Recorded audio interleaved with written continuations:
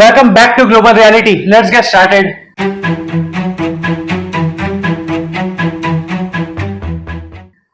Well, the G20 has ended and leaders have left well satisfied after new milestones of economic, diplomatic and strategic relationship achievements under India's dynamic leadership. But it doesn't stop there. In this video, we'll explore how India has been making efforts to develop and build strong relationships around the world. From G20 to vaccine diplomacy, from harnessing the holistic power of yoga to Prime Minister Modi's constant reference to the Sanskrit phrase Vasudhaiva Kutumbakam. All of these have facilitated India's growing role in establishing its relations with the US, Middle East, West, Africa and the rest of the world and carving out independent and productive outcomes. We all know Prime Minister Modi's foreign trips have always been a topic of criticism. He has been time and again accused that his foreign trips are responsible for his neglect of domestic affairs back home, and that his foreign travels are largely unreasonable and or excessive. But that is a topic for another day. Well, India's G20 presidency has ensured several positive and concrete outcomes. We all were witnesses as world leaders at the two-day summit praised Prime Minister Narendra Modi for his decisive leadership. From giving Justin Trudeau a good dressing down on the rising anti-India activities in Canada, to championing the voice of the Global South, the inclusion of the African Union becoming a member of the G20, countries agreeing to consider regulations on cryptocurrencies, pushing digital public infrastructure as a means of financial inclusion, and launching the India-led Global Biofuel Alliance as part of India's clean energy push. India ticked all the right boxes. But the biggest takeaway was getting a joint declaration on Russia-Ukraine conflict, which has given a huge boost to India's diplomatic reputation and clout. India's diplomacy has truly come a long way. In this video, we shall attempt to examine some very disputed and complicated areas where India's diplomacy has been intensely put to test. The challenge has been huge to say the least. But how has India fared, and has the leadership transition in 2014 bring about favorable diplomatic outcomes for India? We begin the most blockbuster diplomacy of the Modi government, India's vaccine diplomacy. More than 235 million doses to 98 countries around the world, which includes commercial orders, grants in aid and also as gifts. Now that's a huge number. All when the WHO had been openly calling out the developed economies for hoarding vaccines and leaving out middle and low income nations. Under PM Modi, India was the only country which attempted to ensure a level playing field when the entire world was in distress. India, following its core and foundational principle of its foreign policy, Vasudhaiva Kutumbakam, which translates as the world is one family. India's show of strength in the vaccine race was the most precise expression of this very statement. Soon after Modi ji came to office, after intense campaigning, he came across as a leader who meant business. His aim was to turn around India's underperforming economy, introduce new reforms and improve India's transportation and infrastructure, and above all, eliminate corruption. But there was no mention of his foreign policy in any of his speeches, at least that I know of. Also, experts were skeptical since Modi ji lacked any diplomatic experience or acumen because he had served only as the Chief Minister of Gujarat. For him, international diplomacy was a totally unexplored domain. However, he scored two significant diplomatic achievements early in his first term itself. He hosted a visit by Chinese President Xi Jinping, and this was the first time a Chinese leader had been to India in 8 years. And at the end of the same month, he made highly successful working visit to the US, which included a meeting with the then US President Barack Obama. Though we are all aware, but there is something worth reminding here. Modi ji was banned from traveling to the US owing to US's serious concern over his human rights record, given his perceived role in the Gujarat riots of 2002. The biggest hypocrite that the US is, that very nation is the one today which lays down red carpets at the very mention of Modi's name.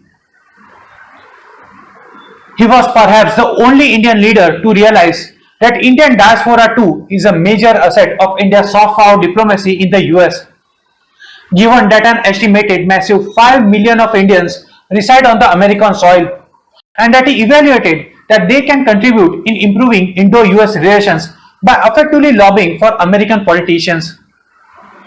Modi also brought to light the overwhelming number of Indian origin engineers and software developers in the US, and Indianness becoming equivalent with mathematical and scientific excellence. This will in turn offer a positive image of not only of Indians living on American soil, but also of India as a whole.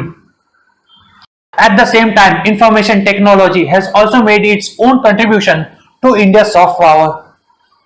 Modi's government has initiated a number of soft power initiatives to improve India's image abroad. The IT sector happens to be only one among them, the others being Make in India and the Atmanirbhar Bharat, with plans to make India more efficient and competitive in the world economy. Soon after taking power, the Modi government made substantial investments in resources and projects to enhance India's capabilities in the domain of soft power diplomacy. And this includes the increase in number of embassies abroad, reviving ties with regional groupings like the ASEAN, the BIMSTEC and the SAARC, and boosting strategic culture and diplomatic relations with Eastern and Southern Asian countries through the Look East policy, Act East policy, and Neighborhood First policy. Now we understand that this may take time to translate into commercial and strategic benefits for India. Although many disagree about the effectiveness of Modi's management of international relations, but there is little place for doubt that since he came to power, there has been a substantial turnaround in India's foreign policy, and Modi has proved far more successful than his predecessors in handling the country's key relationships and challenges. While there are others who believe that India's basic strategy has remained unchanged and that India's position is weaker today in important areas like India's position vis-a-vis China and Pakistan. Modi's foreign trips, his high-profile summits, his interaction with Indian diaspora, and his attempts to establish a rapport with his counterparts in China, Japan, US, and especially Pakistan have been a subject of bitter mockery and criticism. The success of his initiatives in some areas can definitely be debatable, but there is little place for doubt that defense and diplomatic ties with countries stretching from the Middle East through Central and South Asia to Southeast Asia has been fairly successful. Not only that, the new India policy is more in tune with India's traditions, because as India proceeds, the government has been all the way ensuring that India's status, India's standing in the world, and India's own interests are respected and appreciated by all, including major powers like the US and China. And we must all agree that this is a very tight rope to walk on. Not long back, there were a number of analysts who were of the opinion that since 2014, the US-India partnership has not progressed as far and as fast as it should. But come to think of it, India has never been and has never really wanted to be an US ally, even in the past to begin with. Consecutive governments have only strictly followed Nehru's non-alignment policy to protect India's interests. Moreover, it's hard to get over the fact that US had entered an alliance with India's arch-rival Pakistan, even during the bloody civil war, which ended breaking Pakistan into two separate nations, Pakistan and Bangladesh. Similarly, US was enraged when Indian Prime Minister Indira Gandhi signed the Treaty of Peace, Friendship and Cooperation with the then USSR in 1971, which was clearly India's tilt in favor of US enemy USSR. US-India relations took a favorable turn again during Prime Minister Manmohan Singh's tenure. So it might be true to a certain extent that PM Modi hasn't exactly broken away from the non-alignment policy of his predecessors.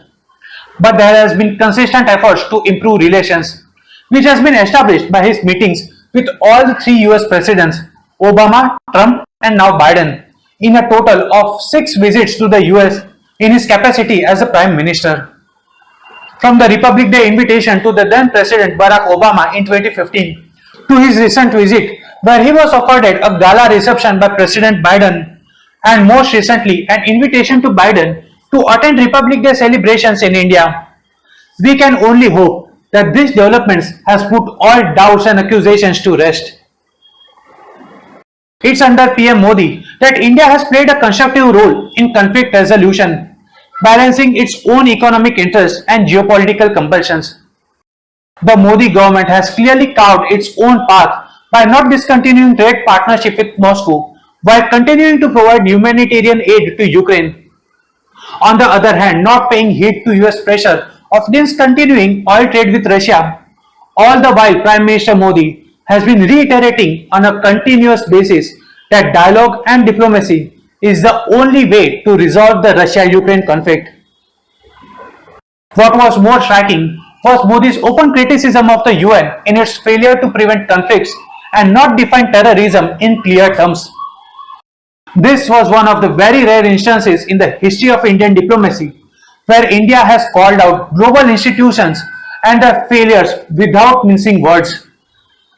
India has usually adopted a non-aligned and a very cautious foreign policy towards all nations, and it did serve India well. But Modi's diplomacy signals more confidence and decisiveness and more political will. This is one of the major changes India has been witnessing after 2014. Now let us dive little into the details to understand the changing paradigms in India's internal politics and how it helped change India's diplomacy. It was well known that right-wing organizations like the Bharatiya Janasangh, the Hindu Mahasabha and Bharatiya Janata Party have been fundamentally opposed to Jawaharlal Nehru's non-aligned foreign policy, and they had been demanding in its place an independent or rather a multi-aligned policy focusing primarily and entirely on India's interests. So since Modi came to power in 2014, New Delhi has shown more assertiveness in international relations, particularly in its dealing with Pakistan. Under BJP government, the strategic, the military and ideological ties between Israel and India grew stronger. Even 3 decades before the establishment of formal diplomatic ties, Israel had supplied weapons to India during the Sino-Indian War of 1962 and Indo-Pakistan War of 1965 and 1971. Even then, India continued to walk a diplomatic tightrope and preferred to keep its strategic relations understated and low profile. And on the matter of diplomacy, we should not forget that when India was facing economic sanctions and export ban on weapons and military technology imposed by Clinton administration as a retribution for Pokhran nuclear test in 1998, Israel refused to criticize India's nuclear program and supplied weapons and surveillance systems. The BJP, even when in the opposition, gave its open and vocal support for Israel. BJP's Prime Minister Shri Atal Bihari Vajpayee continued to strengthen ties with Israel. In 2000, the then Minister of Home Affairs Shri L.K. Advani became the first Indian minister to visit Israel. Almost 2 decades later, in 2017, Modi became the first Indian Prime Minister to visit Israel. And this was a major turning point in Indo-Israel relations. For its part, Israel has been consistent in its support for Prime Minister Modi and his policies. When Modi ji came to power, the liberals and certain section of the media predicted doom for India's Middle East diplomacy. Today, India's relations with major powers like Saudi, UAE and Egypt are at their best.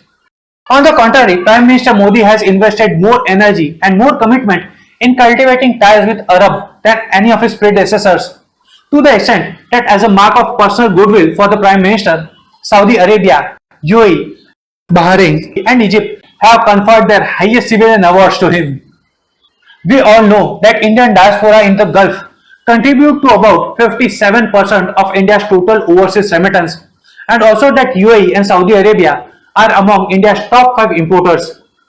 The region also accounts for more than 2/3 of India's crude oil supplies since decades. But Modi ji has successfully developed these relations into strategic areas of defense cooperation, counter-terrorism and cyber security. Also, this has raised India's stake in the security and stability of the region. And this relationship paid off so much so that Muslim Gulf states had no reaction to India's abrogation of Article 370 and removal of autonomous status of Jammu and Kashmir.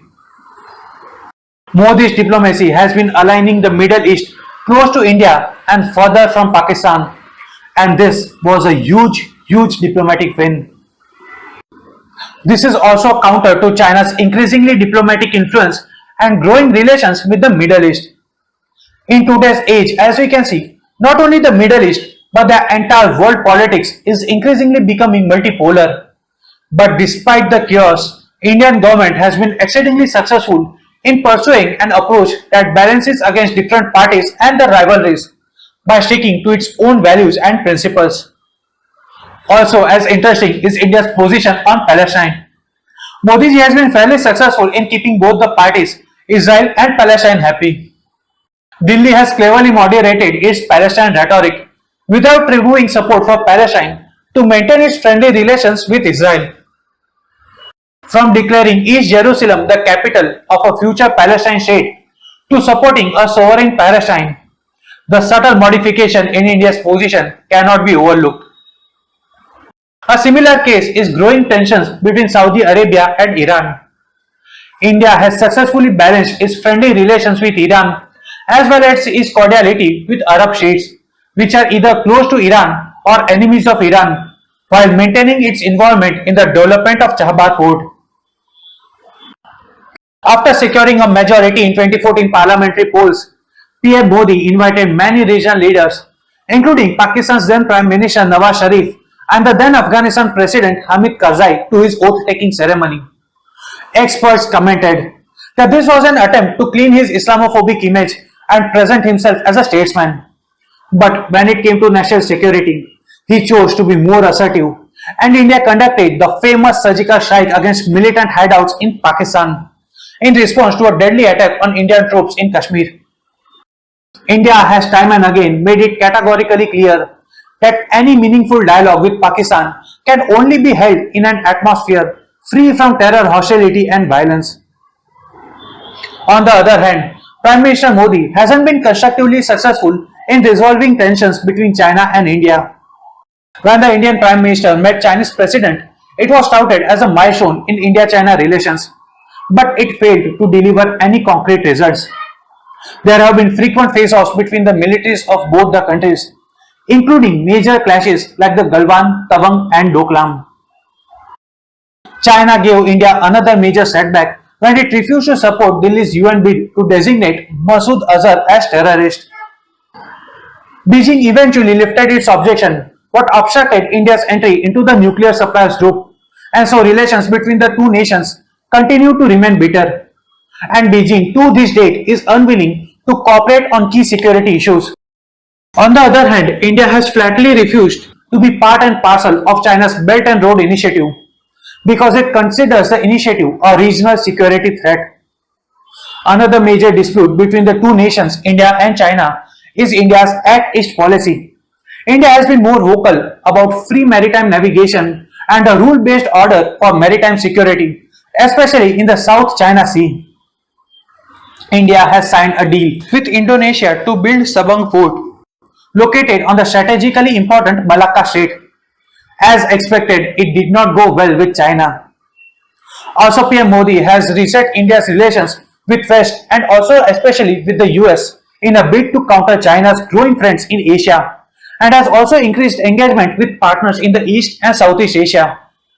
As we can see, China's bitterness and hostility towards India and Modi's diplomacy is quite understandable.